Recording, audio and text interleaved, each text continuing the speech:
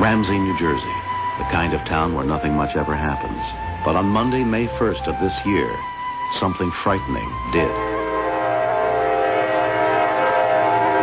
Most of the people involved have returned to help us reconstruct the events of that spring morning.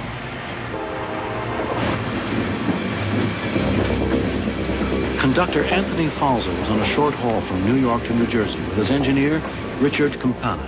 We had 19 loaded cars, one engine.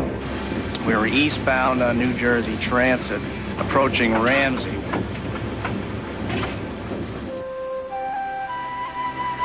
Kate Pritchard was just returning home from doing errands in town. My usual deal on Monday mornings is to do my grocery shopping, so I packed up the kids in the car and we went to the grocery store and came home. I guess it was about 11:15 when we came home. When Kate and her husband Gary were looking for a safe neighborhood in which to raise a family, this place had seemed perfect. There we go. Come on, you can. We live in a cul-de-sac with many, many children, and they're always playing out there.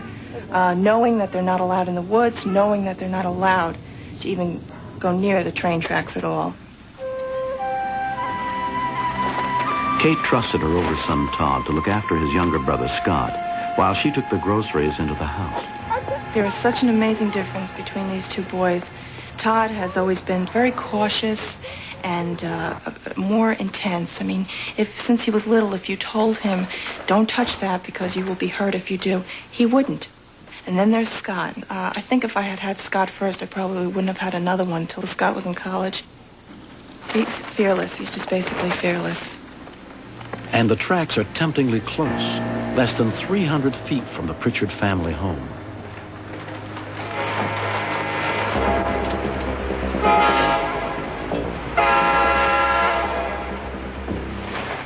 We always had a fear of the tracks.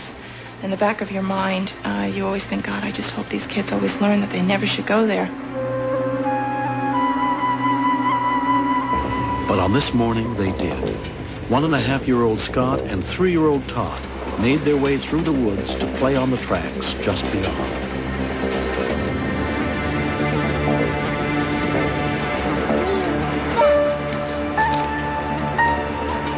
I saw something moving, and it moved like something alive, not like wind blowing something or, something like that.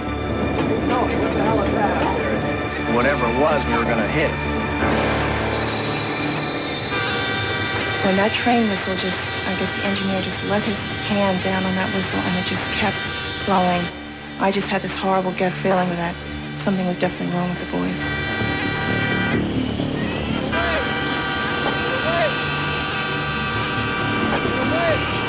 The train was slowing down, but it didn't appear to me that we were going to stop in time. I could not get out there fast enough. I mean, those legs of mine just moved not fast enough. And I got out to the end of the driveway, and the whole time I was running out there, I was screaming for Todd, just screaming out his name.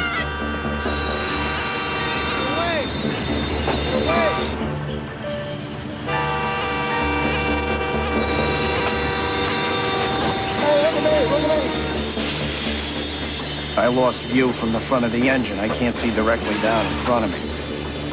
The wide snow plow on the front of the train had only 12 inches of clearance.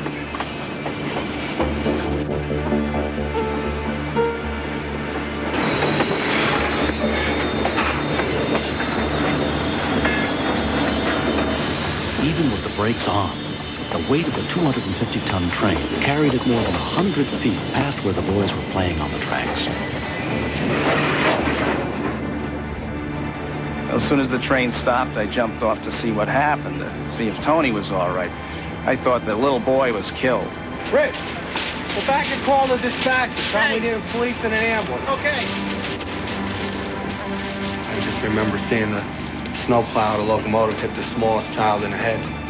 I just automatically thought that this kid had severe head injuries. Oh my God, what happened? Anthony Falzer was screaming at me to go call an ambulance. I wanted him to go get the ambulance, but at that point, I just knew that someone had to go get help. At 11:05 a.m., the call for help came in. 15-year veteran Glenn Karpovich was the first officer on the scene.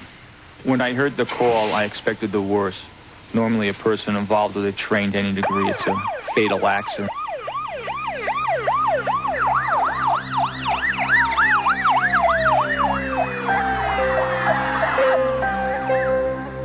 I dialed my husband and I said, Scott was hit by a train. And I said, just get home as fast as you can. I did not know the danger of at what state this baby was in. Blood was coming from his nose and from his mouth and the top of his head.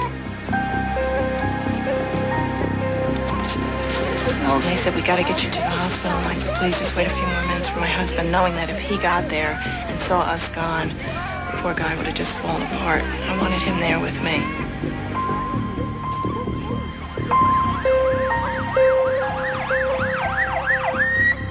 And you're running all these kind of scenarios. What happened? How could this happen? What went wrong? What was he doing there? Where was everybody? When the paramedics arrived, Scott was taken to the hospital for examination. All right, let's go in the front. We're going to leave. She'll be all right. She'll be fine. After 6 stitches on the forehead and 7 on the chin, Scott was released. Miraculously, neither boy was seriously injured. My only thing to say to other mothers is that if you're living in a situation where you have train tracks near you, or you're living by a busy road, don't wait for something like this to occur before you put up a fence. If I had turned the other way and I had gotten to those train tracks and it had Anthony Falzo hadn't been on that train or it hadn't gone the way it did, I probably would have laid down and waited for the next train. It snapped my priorities in line in like 20 seconds, where, you know, you get so wrapped up in the day-to-day,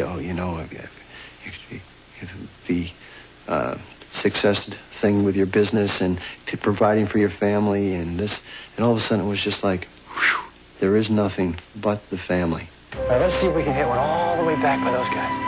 Well, we've basically adopted a conductor. I told Gary he has to put an extension on the house. We now have a third son, and he's become a big part of our lives, and he will always be a big part of our lives.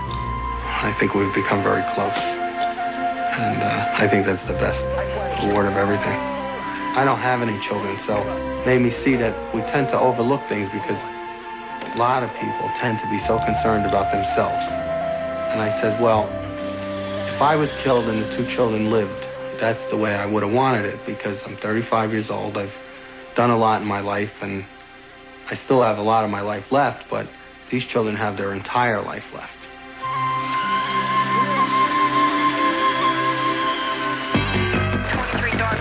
My first impression looking at the car was, it's hard to believe that anyone come out of that car alive.